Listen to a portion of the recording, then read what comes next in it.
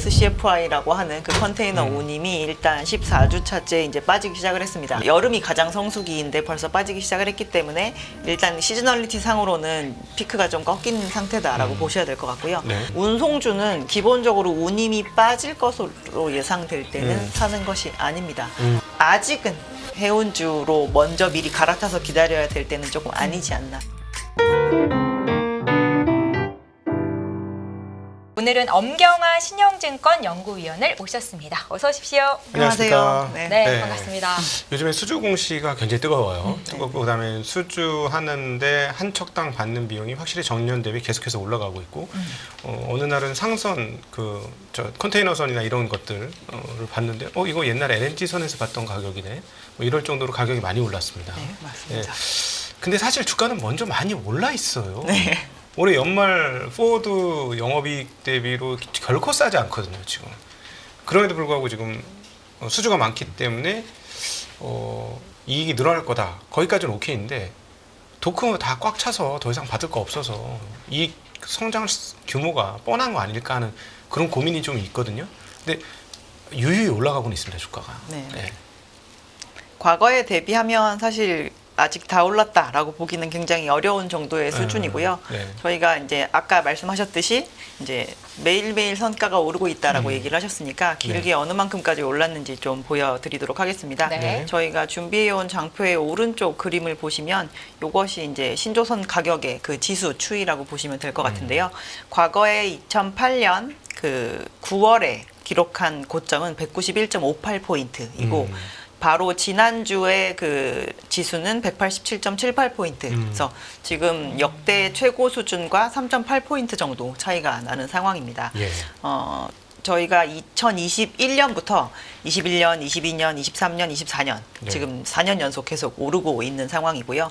이제 지금 나오고 있는 실적상으로 봤을 때 아까 비싸다라고 말씀을 하셨지만 지금 나오고 있는 실적들은 21년에 수주한 그 선박들의 매출 실적에 해당이 되기 때문에 그 뒤로 저희가 22%, 5%, 10% 지금 올해도 YTD로 5.3% 정도 오른 상황인데 이 정도의 선박의 가격으로 만약에 배를 만든다라고 한다면 과연 마진이 얼마나 나올지 좀 기대가 되는 부분이 있어서 그 부분에 대해서 이제 선반영을 하다 보니 그런 측면이 있는 것 같고요.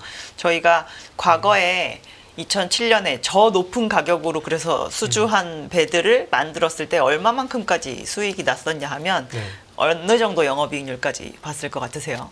보통 이런 업종은 뭐 8에서 10% 정도가 뭐 적정이라고 보지 않습니까? 정말 좋게 기록한 딱 한 분기가 한 16% 정도밖에 안 나왔습니다. 네. 그래서 저희가 지금 성과가 저점 대비해서 거의 한 4, 50% 올랐거든요. 그래서 그냥 단순히 똑같은 비용을 만약에 드린다라고 했을 때 제품 가격 자체가 그냥 가격이 4, 50% 올랐으면 나중에 마진이 막 2, 30%도 나지 않을까라는 그런 그렇죠. 기대감이 조금 있는 상황인데 이제 올해 처음 1분기 실적을 낼 때 조선 업체 중에서 실제로 영업이익률 두 자릿수를 보여준 업체가 있어요. 그래서 이렇게 2021년에 수주한 걸로 벌써 보여줬으니 궁극적으로 이렇게 고가의 물량을 건조를 하게 되면 과거에 우리가 좋을 때, 한때 좋을 때라고 생각했던 그때보다 더 조선 업체들 ROE가 높아질 수 있지 않을까라는 기대감이 조금 생기는 것이고 그래서 저희가 이 섹터는 이제 순자산 가치 기준으로 보통 밸류에이션을 하거든요. 근데 ROE가 높아야 저희가 PBR을 그렇죠. 높게 줄 수 있지 않습니까? 근데 지금까지는 항상 2배 정도만 돼도 너무 높다라는 인식이었었는데 요즘에 이제 52주 신고가를 기록을 하면서 그 수준을 이제 살짝 넘고 있는 상황입니다. 비용은 같이 딸려서 올라간 거 아닐까요? 이 인플레이션이 심하다 보니까 비용이 딸려 올라가면 아무리 성과를 높게 받아도 마진은 좀 줄어드니까. 그래서 저희가 비용이 올라가는 걸로 인해서 가장 괴로웠던 시기라고 한다면 그게 이제 23년이었다라고 기억을 하셔야 될 것 같고요. 그게 왜 그랬냐면 저희가 재료비와 인건비 이 두 개로 이루어진 산업입니다. 재료비, 노무비, 경비 중에서 재료비 60%, 노무비, 경비 각각 20%, 20%인데 노무비도 인건비, 경비도 인건비거든요. 예. 회사의 내부에 있는 사람들의 인건비 그리고 회사의 외부에 있는 사람들의 인건비 계정이니까. 근데 재료비 중에서 저희가 스팟성으로 시장에서 움직이는 거를 모두 다 감내해야 되는 재료비는 실제로 후판이라고 하는 그 가격 정도이고요. 네네. 네. 나머지는 저희가 수주를 했을 때 미리 발주를 해 놓는 상태이기 때문에 실질적으로 어느 정도의 가격이 될지에 대해서 약간 고정비성이라고 생각을 하시면 될 것 같습니다. 그래서 그 후판 가격이 코로나 팬데믹 초기에 이제 톤당 한 600불 정도 하던 것이 1000불 정도 수준까지 급격하게 한 3, 4개월 만에 올랐다가 최근에는 이것이 다시 한 700불대로 굉장히 많이 안정화된 상황이고요. 그리고 인건비 같은 경우는 이제 외주 가공비 많이 올랐다, 사람 너무 모자라다 뭐 이런 얘기 굉장히 많이 나오고 있어서 23년에 실제로 신규 고용이 굉장히 많이 일어났고요. 작년에요? 고용은 했지만 아직 이 사람들로 인해서 더 많은 배를 만들기는 전이니까 23년은 어떻게 보면 선비용 후 매출에 해당하는 상태였었던 거죠. 올해는 그 고용했던 인원들을 많이 이제 훈련을 시켜서 실제로 현장에 투입을 하고 있고 작년보다 저희가 더 많은 배를 만들고 있는 상황이고 이렇게 양적으로 성장이 되는 시기는 25년까지는 계속 늘어나게 될 예정이기 때문에 지금은 이제 미리 늘려놓은 비용을 약간 커버하는 구간입니다. 그래서 오히려 비용단에서는 좀 안정화됐다라는 얘기를 많이 하고 있고 실제로 저희가 지금까지 배를 더 비싸게 발주해 주세요라고 요구할 수 있었던 것은 비용이 많이 올랐으니까 그 부분에 대해서 현실화할 필요가 있다라고 얘기를 한 것이 이제 선주들에게 네. 계속 먹혔기 때문이죠. 그럼에도 불구하고 첫 번째 우리에게 보여준 그 디지털 표에 보면은 수주 물량이 가장 네. 좋았던 2006년, 7년, 8년 때보다는 지금 뭐 많이 늘었다고는 하지만 상당히 줄었고 그때보다는 그리고 이제 사실 과거 우리가 그 조선업종 주가 선택할 때 수주 잔량 보고 주가를 좀 어떻게 가늠했던 경험이 있는데 이번에는 이제 수주 잔고는 가격은 올라왔습니다만 수주 잔고는 더 이상 늘지는 못하고 있는 상황이잖아요. 잔고는 오히려 지금도 늘고 있는 상황이라고 봐야 될 것 같고요. 저희가 네. 글로벌 잔고 추이를 한번 보여드릴게요. 수주의 네. 총량이 연간 대비로 떨어졌지만 그 앞서서 많이 받아놓은 게 있으니까 총 잔고는 늘었다 이 말씀이신 거죠? 지금 그러니까. 21년, 22년, 23년 계속 발주가 들어오는 그 물량이 실제로 1년에 만들어서 뽑아낼 수 있는 물량보다 더 많다. 많습니다. 예, 그래서 예. 절대적인 수치는 21년을 피크로 해서 지금 계속 줄고 있는 그러니까. 상태이지만 네. 저희가 받아들이는 것 대비해서 나가는 게 더 적다 보니 지금 저희가 보여드리는 장표의 왼쪽에 있는 그림처럼 네. 수주 잔고는 지금 꾸준히 올라오고 있는 상태이고요. 물론 말씀하셨던 것처럼 2008년에 그 피크 대비해서 지금 굉장히 낮은 한 절반 정도 수준밖에 안 되는 수위이지만 네. 그때 당시는 사실 지금보다 전 세계 조선업체들이 배를 만들어낼 수 있는 능력치가 훨씬 높았습니다. 그러니까 도크가 많았다. 네, 옛날에는. 실제로 조선 업체들도 많이 없어졌고 뭐 그냥 하나 여전히 남아 있는 조선 업체들 중에서도 예전에는 뭐 한 10개의 도크를 다 돌렸었는데 지금 8개밖에 안 돌린다거나 이런 시기이기 때문에 실제로 그때 당시 조선 업체들이 배를 가장 많이 만들 수 있을 때 이제 표준 환산 톤수라고 하는 이 CGT 기준으로 5천만 CGT 넘게 만들 수 있었는데 지금 많이 만들어 봤자 한 4천만 정도 좀 안 되는 정도 수준의 배밖에 못 만드는 상황입니다. 아니 근데 사실은 그 작년 재작년하고 올해도 좀 나쁘지 않습니다만은 선박 운임 지수를 보면 네네. 정말 엄청나고 지난번에 말씀을 하셨습니다만 그 코로나 때의 이 이 운임 회사들 뭐라 그러죠? 해운사들. 네. 해운사들은 정말 역사상 그런 떼돈을 벌은 적이 없었는데. 그렇죠. 창사 이후에 네. 가장 좋은 그러면 권위였죠. 성과를 좀 더 줘도 사실 상관없잖아요. 그래서 선가가 21년에 네. 가장 가파르게 연초부터 연말까지 무려 22.4%나 상승을 했는데 그게 금방 받아들여질 만큼 사실 어닝을 벌어들였었죠. 아니 그러면 사실 그 딱 패가 보이는데 돈 더 안 주면 우리 못 만들어요. 왜냐하면 나무에서 더 많이 올려야 된다. 네, 2007년에 비해서 총 만들 수 있는 캐퍼시티가 전 세계적으로 많이 줄었으니 훨씬 많이 불러도 되는데 중국 때문에 많이 못 부르는 건가요? 왜? 근데 지금 24년 현재 기준으로 해운시황은 사실 저희가 코로나 팬데믹 때 가장 좋았던 그때보다는 그 펀더멘털이 그렇게 좋지는 않은 상황이고요.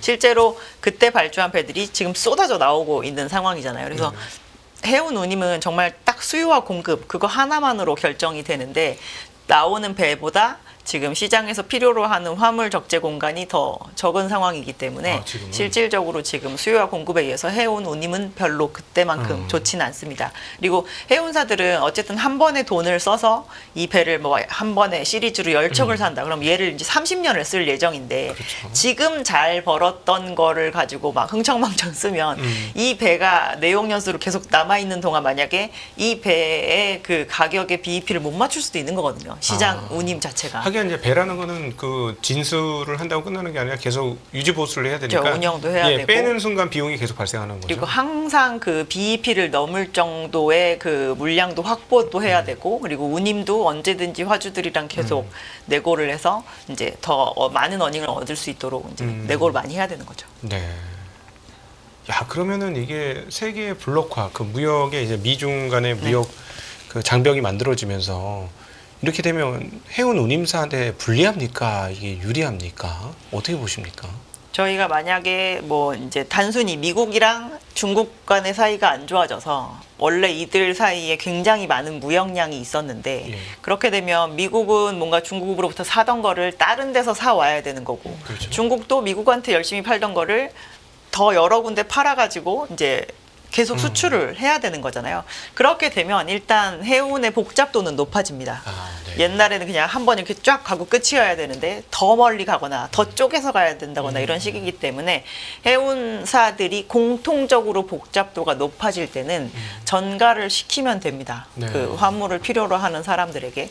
그래서 이제 해상운임은 올라갈 수 있는 요인은 될 수 있지만 이제 궁극적으로 아까 말씀드렸다시피 지금 해운 시장이 이렇게 복잡해지는 이 복잡도에 대한 비용을 화주에게 100% 전가할 수 있을 만큼 해운사에게 지금 발언권이 있는지 아니면 배 공간이 텅텅 남아 돌아서 화주가 나 더 싸게 안 해주면 안 실을 거야 라고 할 수 있을 만큼 그 협상력이 있는 건지에 따라서 이제 다른 거죠. 네. 지금 상황은 어느 정도로? 지금 상황은 해운사들이 그렇게까지 많이 협상력을 가지고 있지는 않은 상황이라고. 21년도의 상황과는 그때보다는 많이 떨어졌다. 그 상황은 앞으로도 돌아오기는 굉장히 어렵지 않을까 싶어요. 저희가 처음으로 인간 이동 금지 이러고 이제 화물은 필요하니까 네. 저희가 배달만 해주신다면 뭐 배달료 한 5배 더 드리겠습니다. 이 정도의 수준의 그 구매력을 발휘했던 시기잖아요. 네. 근데 다음에 또 뭔가 이렇게 전염성 괴질인데 저희가 뭔가 치료제나 이런 것이 없는 것이 발생을 한다고 하더라도 이렇게 전 세계 공장이 막 락다운을 할 만큼의 이런 조치가 이루어질 일이 또 있을까라는 생각을 좀 해보고 그러니까 있습니다. 해운주는 앞으로도 좀 어려울 것 같고 조선주는 계속해서 호황을 이룰 수 있다라는 말씀으로 정리를 하면 될까요? 한 단기 한 3년 이렇게 봤을 때는 그러니까 저희는 일단 해운사가 그런 안 좋으면 시차를 두고 조선사한테 분명히 영향을 미치는 거니까 지금 해운사의 그 입지가 평생 가장 좋았던 20세기 들어와서 가장 좋았던 20년, 21년이 지났고 그때보다는 뭐 과거 평균보다는 좋았을 수 있지만 그때보다 자꾸 내려오니 그러면은 가장 좋았던 조선 시황도 한 1년, 2년, 3년 지나가면 좀 꺾이는 게 아닌가. 지금 당장 이익이 증가하더라도 지금 오늘 다 목표가를 전부 다 상향해서 네, 가지고 네, 네. 오셨는데 과연 그게 가능할 건가 하는 그런 걱정이 있어요. 그게 23년 하반기부터 조선주랑 해운주를 바라보는 그 투자 의견을 제시할 때 가장 많이 공격을 받는 포인트라고 볼 수가 있는데요. 일단 저희가 이제 옛날에 기억이 있으니까 2008년에 금융위기가 발생을 해서 해운사들이 안 좋아지니까 막 2009년에 조선업체들한테 발주했던 선박을 막 취소하면서까지 굉장히 시황이 안 좋아지지 네, 않았느냐 이 얘기를 하시는 것이지만 일단 그때만큼 해운사들의 재무적인 역량이 나쁘지가 않습니다. 이번에 한 2년 반 동안 60년치 이익 벌었다고 하더라고요. 네. 그래서 저희가 지금 배값을 뭐 한 평소보다 한 30% 비싸게 싼들 해운사들에게 정말 타격이 1도 없는 네. 정도의 수준이고요. 주주 환원도 하고 직원들에게도 굉장히 성과급 주고 뭐 배에도 투자할 거 여전히 이 뒷주머니로 잘 가지고 있고 이런 상황이지만 그래도 지금 잉여 현금이 많은 상황이기 네. 때문에 2008년에 그 금융위기로 인한 시스템 리스크로는 저희가 대출이 아예 안 돼서 배를 발주하는 그 절차가 진행이 안 될 정도 수준이었었고 실제로 그때 영업적으로 가장 손실이 많았던 섹터가 해운이지만요. 네네. 이번에는 이제 뭔가 해운사들이 21년에 굉장히 많이 벌어들인 그 어닝으로 인해서 이제 시장의 공급 과잉을 결국 본인들이 불러 일으킨 상황이지만 네. 지금은 오히려 이 공급 과잉 상황에서 너도 나도 한번 경쟁해 보자라고 할 수 있을 만큼 준비가 굉장히 많이 되어 있기도 하고 네. 저희가 이제 이 조선에 대한 투자가 계속 될 거라고 얘기하는 것 중에 하나가 이제 몇 년 전부터 계속 얘기가 나오던 환경 규제에도 어쨌든 해운사들이 대응을 해야 된다라는 네, 거죠. 네, 그래서 네. 저희가 한 2015년 막 이럴 때까지만 하면 해운사들이 너무 상황이 안 좋으니까 2020년이나 뭐 20 몇 년부터 규제가 더 강화가 될 텐데 우리가 그때 가서 거기에 돈 쓸 수 있을까? 그걸 굉장히 걱정을 많이 했었거든요. 근데 팬데믹 터지고 이제 돈 벌자마자 21년부터 본물 터지듯이 발주가 나오기 시작을 했는데 이제 그러한 걱정했던 것이 그냥 쑥 들어가 버리게 되었었던 거죠. 제일 이제 사실은 걱정이 우리가 정말로 많은 돈을 벌 수 있을 것 같은 분위기가 지금 말씀하신 대로 펼쳐졌는데 네. 수주하는 양을 보니까 중국 애들이 이제는 전 세계 수주 1등이에요. 네네. 한때는 우리가 2007년도 그때는 제일 1등이었지 않습니까? 그러니까 사실은 경쟁사잖아요. 근데 예전에는 중국에서 만들면 그건 물세 막 이러면서 가스 다 세. 그래 가스만 만들어봐야 도착하면 반도 안 남아 있어. 뭐 이런 얘기하면서 중국 배 못 써 이랬는데 지금 보니까 수주 잔량을 보니까 이제 그렇게 못 쓰던 수준은 넘은 것 같아요. 전반적으로 중국의 제조업 역량이 워낙 뛰어나게 많이 올라가가지고 이렇게 되면 이제 너무 강력한 경쟁자 때문에 우리가 충분히 받을 거 못 받지 않는가. 만약에 중국이 저렇게 못 받아줬다면 우리는 더 비싼 가격을 받았을 수도 있을 것 같은 느낌? 그런 생각도 드는데 중국의 경쟁 관계는 어떻게 봐야 할까요? 일단 중국이 전 세계에서 가장 많은 배를 수주를 한 건 2009년 이후부터 지금까지 쭉입니다. 네. 그러니까 굉장히 이번 팬데믹 때 갑자기 이렇게 혜성처럼 등장한 게 아니라 그냥 볼륨적으로는 1등인 것이 된 지 굉장히 오래된 상태이고요. 네. 중국이 일본이랑 조금 주력 선종이 많이 겹치는 편이거든요. 네. 저희가 탱커 벌커라고 하는 오일을 날른다거나 아니면 마른 원자재들 이렇게 네. 쓸어 담는 형태의 원자재를 날르는 그런 배들을 많이 만드는데 그 배들이 선박 시장에서 차지하는 비중 자체가 일단 굉장히 많습니다. 그렇죠. 그러니까 네. 양적으로 되게 많은 네. 영역을 잘 하는 나라이고 우리나라는 그 선박 시장 안에서도 그닥 척수가 많지 않은데 만드는 게 좀 복잡한 그 배들을 원래부터 많이 만들고 있었던 상황이었거든요. 그래서 21년 이럴 때 이제 팬데믹으로 인해서 가장 돈을 많이 번 해운사가 컨테이너 선사였었잖아요. 그렇죠. 그래서 컨테이너 선박이 특히나 이중 연료 추진 엔진으로 발주가 많이 되면서 한국이 원래 평년보다 선박 수주 점유율이 꽤 높았었다가 지금 이제 원래 중국이나 일본이 많이 수주하던 그 선종이 조금 팬데믹 기간에 별로 발주를 안 하고 있다가 다시 재차 나오니 원래 수준으로 회귀를 하는 정도라고 생각을 하시면 될 것 같고요. 중국은 아마 앞으로도 계속 수주량에서는 1등을 하게 될 예정이고 중국이 수주 1등 했다라는 얘기가 나오는 게 실제로 조선 업황에 있어서는 양적으로 되게 요즘 충만하구나라고 생각을 하시는 방향으로 보시면 될 것 같습니다. 경쟁력은 비교할 수 없다라고 보시는 거예요? 저희가 이제 얼마 전에 야드에 이제 한번 가서 이제 기술직으로 굉장히 오래 근무하신 분이랑 막 얘기를 했었는데 그분이 하시는 얘기가 우리는 30년 전에도 야 10년만 있으면 중국이 따라올 거다라는 얘기를 했었고 이제 20년 전에도 그 얘기를 듣고 10년 전에도 그 얘기를 듣고 오늘도 그 얘기를 듣고 있지만 한국의 야드들은 절대 가만히 있지 않는다는 거예요. 만약에 이제 똑같은 정도의 화물을 싣고 뭐 요런 그 원하는 스펙이 있으면 언제나 새로운 제품을 가져간다고 합니다. 조금 더 그레이드를 높인. 그래서 그게 계속 바뀌면 어쨌든 메뉴판을 이렇게 놓고 보는 입장에서는 옛날부터 발전이 없고 싼 거에 굉장히 집중한 것과 그래도 네. 뭐라도 하나 더 기능이 생긴 거를 보면 어쨌든 선택지는 후자가 네. 될 가능성이 높다라는 거죠. 그래서 저희가 멈춰 있지 않고 계속 커스터마이징 많이 하고 이제 시장 규제도 워낙 세게 바뀌니까 그거에 발맞춰서 계속 나아가는 상황이 되면 아마 10년 뒤에도 야 10년만 있으면 중국이 따라올 것 같다. 이 얘기 또 듣고 있지 않을까요? 얘기하셨는데 저희는 거기에서 좀 큰 공감을 했었던 것 같습니다. 사실상 그 IMO 규제라는 측면에서 보면 결국은 엔진 기술의 격차가 어느 정도 그렇죠. 되는지 네. 그리고 또 우리 그 이중 연료 쓰는 거의 경쟁력은 어느 정도 되는지 등등이 굉장히 궁금하거든요. 어느 정도 중국하고 차이가 있고 우리 건 어느 정도 수준일지. 처음에 21년 요럴 때 우리나라의 수주 물량 중에 그 이중연료 추진 엔진의 비중과 중국이랑 비교를 했을 때는 굉장히 차이가 많이 났었어요. 우리나라는 그때 이미 과반을 넘기 시작을 했고 중국은 한 20%대 정도 되기 시작을 했고 그때까지 그럼 중국은 벙커시유 쓴 겁니까? 그렇죠. 중국에 발주하는 선박들은. 근데 지금도 네. 저희가 굉장히 선속이 빠른 선박들은 이렇게 빠른 속도로 벙커시유를 쓰면 규제에 당장 걸리지만 매연이 이제 엄청나니까요. 그냥 원자재를 수송하는 배들은 사실 그렇게까지 빨리 다니지 않거든요. 그래서 요즘 발주하는 선박들도 그냥 느리게 다닌다는 전제하에 여전히 벙커시유를 선택을 하는 그 사례들도 있는 상황입니다. 그렇습니까? 그래서 네. 지금 오히려 그냥 글로벌을 연간으로 비교하면 23년 대비 24년에 지금 이중연료 추진 엔진을 선택한 그 비율이 조금 낮아졌거든요. 오히려. 그 이유는 컨테이너의 발주 비중이 떨어졌기 때문입니다. 예. 왜냐하면 굳이 선택하지 않아도 되는 선종이 갑자기 시장에 나왔을 때 그렇게 되는 건데. 그렇죠. 상품의 전달은 하루라도 빠른 게 네. 저기 뭐 이렇게 쇼핑몰에다 넣어야 되니까 네. 하루라도 빠른 게 좋지만 콩 실은 배야 한 2, 3일 늦게 들어와도 어차피 그 콩을 원하는 사람은 한 명이기 때문에 그 네. 사람이 원하는 시간에만 갖다 주면 되니까 네, 네. 그럼 뭐 한 이틀 일찍 출발하면 되는 거죠.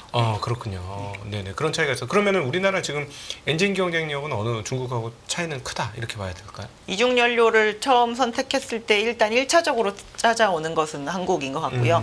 요즘에 그래서 한국의 엔진사들이 이 중국의 수주 볼륨이 늘어나면서 한국에다가 엔진만 갖다가 발주를 하는 그런 사례들도 왕왕 보이고 있는 그러니까 상황입니다. 옛날에 뭐 한국에서 옛날 자동차 처음 만들 때 일본 엔진 갖다 박은 것처럼 그렇죠. 중국이 주손을 만들 때 우리나라 엔진 갖다 박는다. 네, 저희가 선박을 이렇게 선주랑 내고를 할 때 이 엔진의 스펙에 대해서는 서로 합의를 본 상태에서 발주를 시작을 하거든요. 그러니까 네. 저희가 배 만들어 드릴게요 하고 이제 안에 들어가는 부품은 제가 다 알아서 할게요 이게 아니라 그 중에서 주요 부품에 대해서는 이렇게 선주가 지정을 하는 경우도 네. 있습니다. 그래서 내가 중국에서 외형을 만들 예정이긴 하지만 뭐 이 안에서 가장 중요한 요러한 건 이걸 갖다 써주세요라고 얘기를 하기도 하는데 이제 거기에서 뭐 현대중공업의 힘센 엔진이나 아니면 이제 한국에서 만들고 있는 뭐 만 메이커나 윈지디 메이커의 그 선박 엔진들 이런 것들이 이제 많이 선택지에 올라가게 되는 거죠.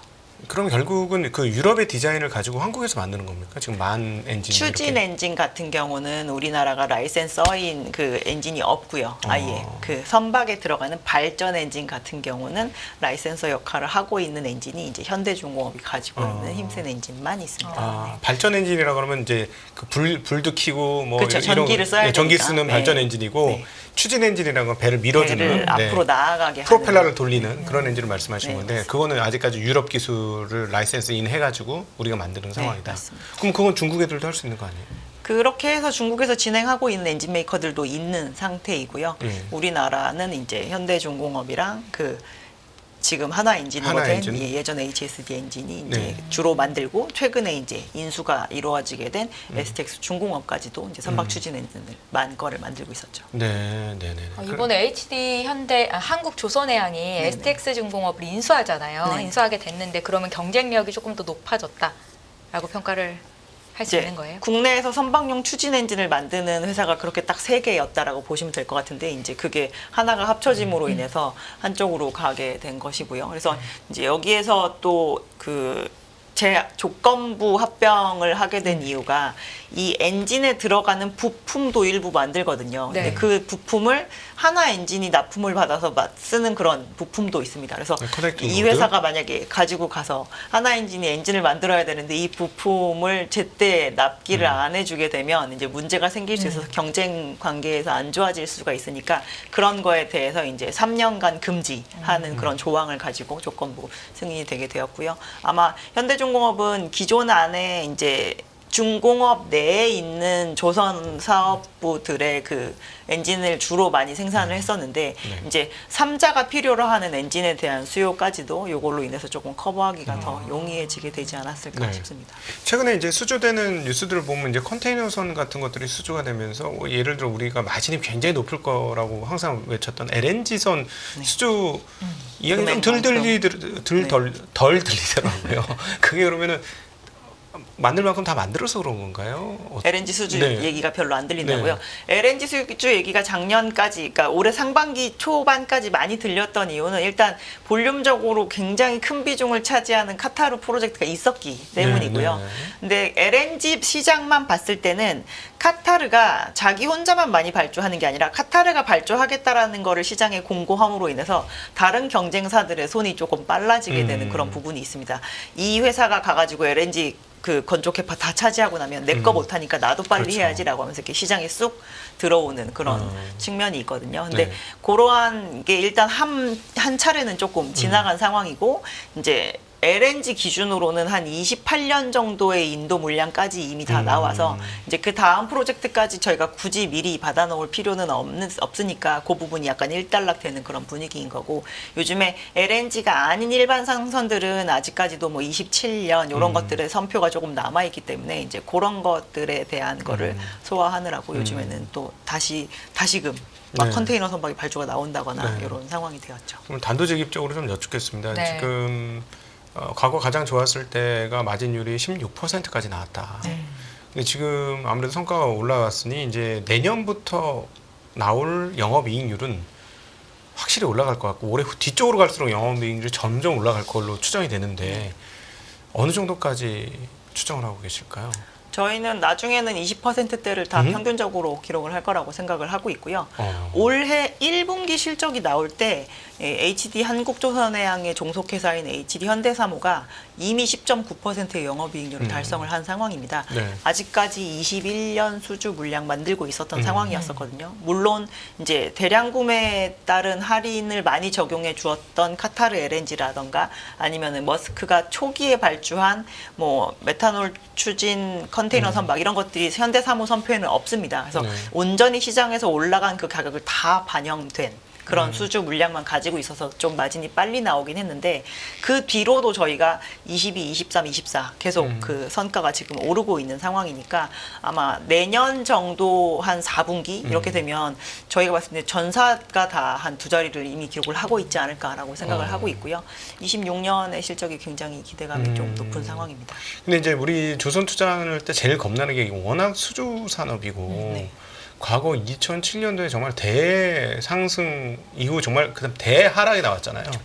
근데 이 진폭이 너무 커서 잘못 들어가면 죽는다라는 생각이 있어요. 왜냐하면 조선 업황도 한 8, 9년 얼어붙었었지 않습니까? 근데 이번에는 15년. 그때만큼 엄청나게 올라가지 않는 대신에 지금 연타로 보면 아까 처음에 모두에 보여주셨던 장표에서도 보았습니다만은 지금 3년 연속 수주 잔량은 조금씩 줄고는 있습니다. 과거 평균 대비 상당히 높은 수준에서 유지가 되거든요. 네. 이제 궁금한 게 이게 계속 갈 수 있느냐. 이게 핵심인 것 같아요. 그러려면 이제 그 엔진 그 공해 유발하는 그 IMO 규제를 감안했을 때 선주들이 이제 더 이상 공해 물질을 내면 내가 불리해. 그러니까 빨리 바꿔야 돼. 근데 이거를 몇 년도까지 바꿀 거야 돼. 이게 예를 들자면 2032년까지 바꿔야 돼. 이러면은 그때까지 계속 좋을 것 같기도 한데 혹시 거기에 대한 어떤 전망 같은 게 있으실까요? 일단 이 규제 자체는 계속적으로 더 감축하는 규제이기 때문에 움직이는 규제라서 아마 이 부분을 점점 진행을 하게 되면 해운사들이 결국엔 다 바꿔야 되는 쪽으로 간다라고 생각을 하셔야 될 것 같긴 한데 IMO도 이제 시장에 있는 상황을 어느 정도 보면서 움직이는 것 같은 게 네. 올해 초에 있었던 81차 MEPC 회의에서 그래서 결국 D등급을 받고 2등급을 받는 그 선사들이 어떠한 페널티를 지불하게 될 건지에 대해서 네네. 구체화시켜주지 않고 페널티가 없군요. 네. 그리고 그러면 저희가 모든 규제는 전공법이 있고 회피책이 있습니다. 네네. 전공법으로 가는 건 그 연료를 바꿔라 이거예요. 네네네. 그렇게 되면은 오염물질이 안 들어간 연료를 쓰면 저희가 결국 배기가스에서 오염물질이 안 나오는 것이니까. 근데 그게 안 될 경우에 쓰는 회피책 중에 하나가 예전에 황산화물 저감 규제는 저항유를 떼는 게 가장 정석적인 방법이었지만 저항유 아니고 고항유를 그냥 뗀 다음에 나오는 배기가스에서 씻어서 황산화물을 빼내는 거를 쓰는 회피책이 스크러버 장착이었습니다. 네. 그래서 그럼 탄소도 저감해라라고 했으니까 탄소를 덜 뿜어내는 연료를 쓰는 게 원래 전공법이지만 네. 이거에 대한 이제 회피책으로 저희가 시장에서 기대하는 거는 사실 카본 캡처거든요. 나오는 배기가스에서 탄소를 빼가지고 우리가 하면 되는데 이거에 대해서 카본 캡처가 실질적으로 탄소를 저감시켰다라는 규제인지에 대해서는 명확하게 이번에도 또 결정해 준 바가 없는 상황입니다. 네. 궁극적으로 이거를 해서 액화시켜서 만약에 저 밑에 폐가스전 같은 데 넣는 것이 궁극적으로 다 처리를 한 거라고 봐야 되는지 안 해야 되는지 아직 판단이 안 선다라는 시기거든요. 그래서 원래 올해 4월에 이 탄소 집약도 지수라고 해서 지금까지 그 배가 뿜고 다녔던 탄소의 양을 측정한 그 데이터를 기반으로 해서 A등급, B등급, C등급, E등급, D급을 주려고 했는데 4월일이 지났는데 지금 그게 아무도 확정이 되지 않은 상황이에요. 그래서 IMO도 조금 시장에 이제 어느 정도 시간을 좀 끌면서 네. 그 부분으로 가고 있는 상황인 것 같고 해운사들도 어느 순간 내가 아예 연료를 바꾸는 배를 새로 마련하는 것도 괜찮지만 중간에 뭔가 회피책이 되게 경제성 있는 회피책이 생기게 된다면 그냥 간단한 수리나 뭔가 기기 장착 정도로 해결할 수 있을 수 있으니 그때까지 최대한 느리게 다니면서 버텨보겠다라는 생각들도 조금 가지고 있는 상황입니다. 그래서 저희가 지금까지 모든 규제가 생기는 걸 보면 규제가 막 예를 들어서 이제 저희가 에너지 사용 같은 경우도 원래는 저희가 막 기름을 쓰고 있었는데 신재생 에너지로 가자라고 하면 막 다 100% 신재생 에너지로 가지 않잖아요. 네네. 이런 것처럼 선박시장도 어떠한 규제가 생기면 한 3분의 1 정도 수준까지가 그거에 해당하는 전공법. 네. 또 3분의 1은 또 회피책, 또 다른 방법 이런 식으로 해서 대체를 하는 편인데 결국 선박시장 참여자들도 그런 식이 되지 않을까 싶어요. 네. 그래서 지금 2010년 이후에 만들어진 배들의 양이 절대적으로 일단 많습니다. 네네. 그렇기 때문에 그 배들은 아직은 내용 연수가 너무 많이 되지는 않았기 때문에 뭔가 회피책을 찾아서 수리를 하는 방향을 찾아가게 될 것이고 원래 배들이라고 한다면 진짜 30년까지 끝까지 써야 되지만 이미 한 18년 이상 쓴 배들 같은 경우는 조기 스크랩을 하고 차라리 그냥 투자를 하는 게 오히려 더 낫겠다라는 결론으로 가게 되면 그런 배들은 또 아마 시장에서 신조 시장에 남아있게 될 거라고 봤을 때 그런 정도 수준인데 지금 정도밖에 만들 수 없는 조선소들의 캐파다라고 한다면 오히려 이번 호황은 조금 지속 가능성이 높다라고 생각을 할 수가 있고요. 그때는 저희가 진짜 온 시장 참여자가 흥분을 해가지고 조선소를 늘리고 막 고용을 늘리고 막 저희 정말 월급 많이 받으셨거든요. 옛날에? 네, 네. 그랬었던 기억이 있는데 아무도 지금은 그때로 돌아가려는 생각을 하지 않는다. 왜냐하면 겁나게 많이 뛰었었기 때문에 너무 이분들 거의 또한. 중국도 그렇고 한국도 그렇고 굉장히 많은 조선소가 네네. 망했어요. 뭐 기억에 남는 게 STX 조선도 망했고 성동 맞습니다. 조선도 망했고 한국도 엄청나게 망했고 중국도 뭐 네. 그랬었던 거고. 자 그러면 우리 이제 지금 보신 시청자분들이 잘 모르는 내용이니까 이거 한번 점검을 했으면 좋겠는데 연료가 기존에는 이제 벙커슈 끈적끈적한 걸 써가지고 그 정말 공해물질을 많이 발생을 시켰고 네. 좀 덜 발생시키려면 좀 천천히 갔고 아니면 스크러버로 그걸 매연을 다 수집을 했고 뭐 그랬던 건데 사실은 결국은 연료가 바뀌어야 그 매연이라든가 그 공해물질이 덜 나오는 거잖아요. 그래서 지금 얘기 나오는 게 뭐 에탄올, LPG, 암모니아 뭐 이런 것들 얘기가 나오는데 여기에 대해서 조금 설명해 주시면은 좋을 것 같습니다. 그래서 그냥 지금까지 돌아다니고 있는 배들 중에서 이미 검증 기간이 꽤 오래 지난 건 LNG예요. LNG 추진선은 LNG를 운반하다 보니까 새는 가스가 아까워서 LNG 이중 연료 추진 엔진이 탄생을 하게 된 거거든요. 그래서 LNG 추진 선박은 이미 시장에서 돌아다닌 지가 한 25년 가까이 됐습니다. 네. 그래서 기술에 대한 안정성 검증은 굉장히 잘 되어 있는데 이제 여기에다가 갑자기 시장에서 확 다른 안을 내걸고 나온 데가 이제 덴마크의 머스크라고 네. 하는 회사가 우리는 메탄올 추진 컨테이너 선박 쓸 거야 라고 하면 시장에 이렇게 훅 등장을 했잖아요. 네. 근데 그랬던 그 머스크가 지금 실제로 메탄올 추진 컨테이너 선박 인도받고 보니 네. 그린 메탄올 구하는 게 조금 만만치가 않다라고 하면서 요즘 이제 자기가 직접 발주하지 않았지만 다른 선주사를 통해서 LNG 추진 컨테이너 선박을 또 추가로 발주를 하고 있는 그런 상황이거든요. 네. 그래서 지금 현재 시장에서 가장 검증이 된 단계인 것은 일단 LNG인 상태이고요. 뭐 그래봤자 전 세계 LNG 추진선이 1000몇 척밖에 아직 되지 않은 상황입니다. 전 세계 화물선이 6만 척이 있는데 어우, 그 중에서 엄청나네요. LNG 추진선이 지금 1000몇 척밖에 안 되고 네.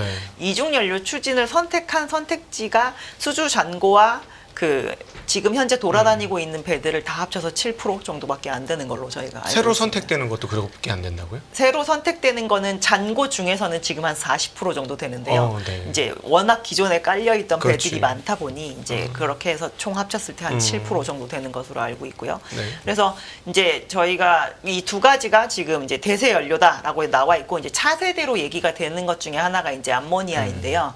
암모니아는 저희가 궁극적으로 이 암모니아도 결국엔 그냥 중간 매개체에 해당이 될 뿐이고 저희가 2050년까지 선박 시장이 아예 넷제로를 하겠다라고 했습니다. 그러니까 탄소를 쓰면 안 돼요. 그래서 저희가 아주 마지막에 도달할 지점은 그럼 수소여야 수소. 되지 않겠냐라는 네. 건데 이제 화학식상으로 저희가 암모니아가 수소를 가장 많이 네. 옮겨 다닐 수 있는 그 매개체이기 때문에 암모니아로 중간에 갈아탔다가 결국엔 나중엔 수소로 가는 게 아니냐라는 얘기가 나오고 있는 상황입니다.